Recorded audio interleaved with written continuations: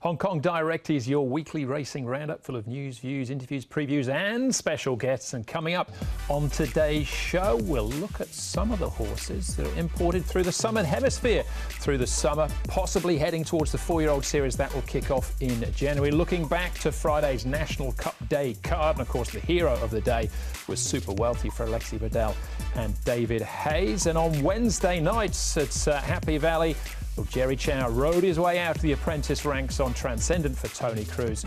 We'll hear from Jerry as he's now considered a senior rider. So plenty to pack into today's show. We're going to finish off as well as we build up towards group races a week on Sunday with a classic replay from the Sha Tin Trophy from a few years ago, and that was California Memory. Before all that, though, we'll start off with Ed Sadler's report. You might remember Ed, he used to work on the show here. Now back in Australia, he's put together a few horses we should be looking out for that have been imported from Australia or the Southern Hemisphere up to Hong Kong for this season.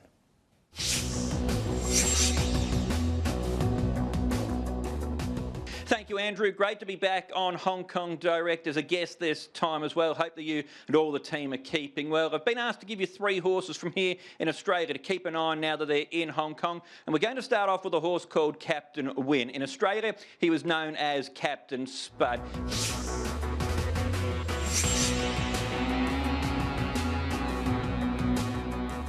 Keep an eye for him, particularly when the blinkers go on. At his last three starts, he wore the headgear. He won in each of them, working his way up through the grades until he won at Caulfield, and that was his last ever start here. Speaking to his trainer, Peter Galagotis feels that the horse was really on an upward trajectory. He's now gone to Peter's mate in Hong Kong, David Hall. He's trialled nicely in Hong Kong already. Zach Purton was riding him in that trial on Tuesday. We know that Zach has a terrific eye for talent, so I think he's a horse that could be a factor in some good races this season.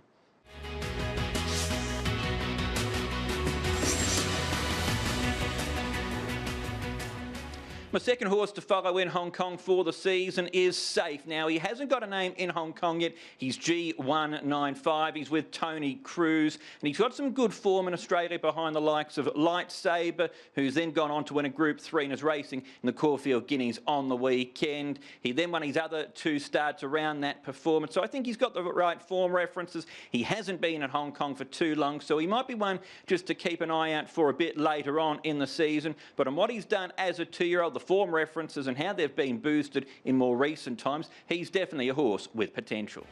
Son of Mercury still there with Little Schnitty. Sandy Prince, Safe taking a while to get there. Sandy Prince just from Safe, who drives, and it's close on the line between Safe and Sandy Prince, with Son of Mercury running third.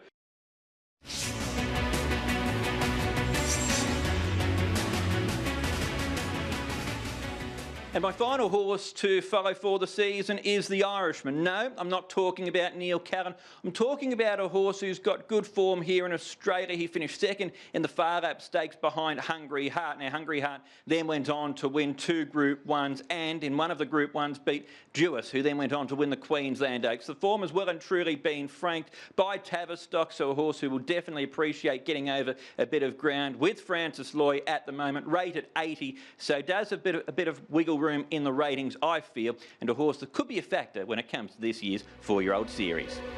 It's the Irishman in front, but Kiku, the outside, quickly moved up, and Kiku wants to lay in a bit, got to the front from the Irishman, clear then from Poland running on, but Kiku a length clear from the Irishman. Kiku kept going, and now she's a Group 3 winner. That's 3 in a row for Kiku, beat the Irishman.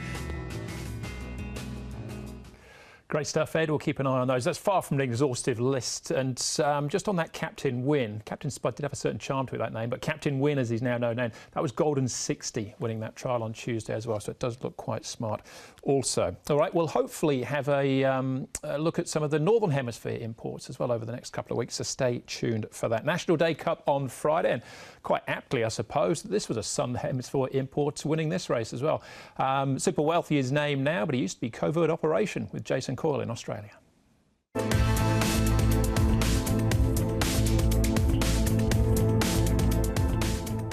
Computer Patch, Hong Kong Win tracking them into the race on the far side, as to is Super Wealthy getting through between runners. On the outside rail, Lucky Patch, Lucky Moore, Skyfield running on behind them. Strongest trying to get clear here. It's Super Wealthy in front. Strongest trying to get through. Lucky Patch, it's still in front. Super Wealthy on the far side. Skyfield dashing at them like Super Wealthy for the National Day Cup.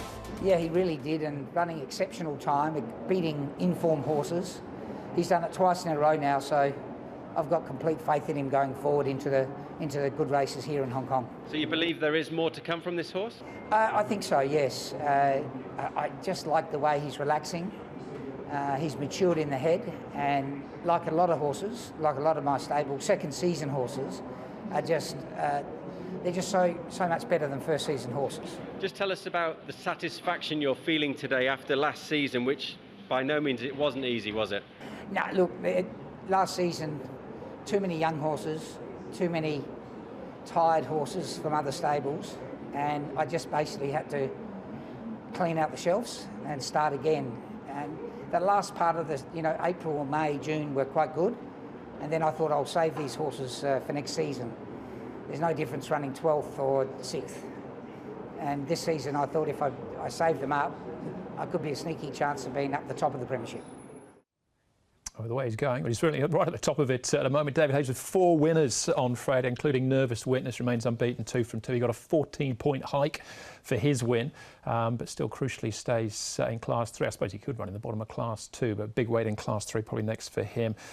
So that was Super Wealthy, who'll probably now be heading towards the Premier Bowl, which comes up a week on Sunday. It's the 60th anniversary of the Oriental Watch Sha Tin Trophy. It's also Gentleman Bow Tie Day, so this isn't Joe throwing his hat into the ring to be the next James Bond, although certainly bring a new dimension to the role, wouldn't he? But this is a week on Sunday. Get your bow ties out. Should be a good lineup as well. So you've got the mile race, should include the likes of Sky, Darcy, White Cuckoo, maybe Panfield and Tourbillon Diamond as well. And the Premier Bowl will Super Wealthy. Skyfield was huge in the 1,000-metre dash there.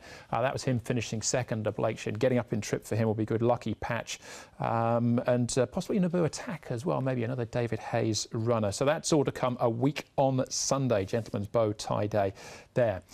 Jerry Chau, though, had a big day on, or big night, I should say, on Wednesday night. It's taken him a while to get this final winner, this 70th winner, to break out of the apprentice ranks, but he did it on Wednesday night. We caught on with the track work on Friday morning.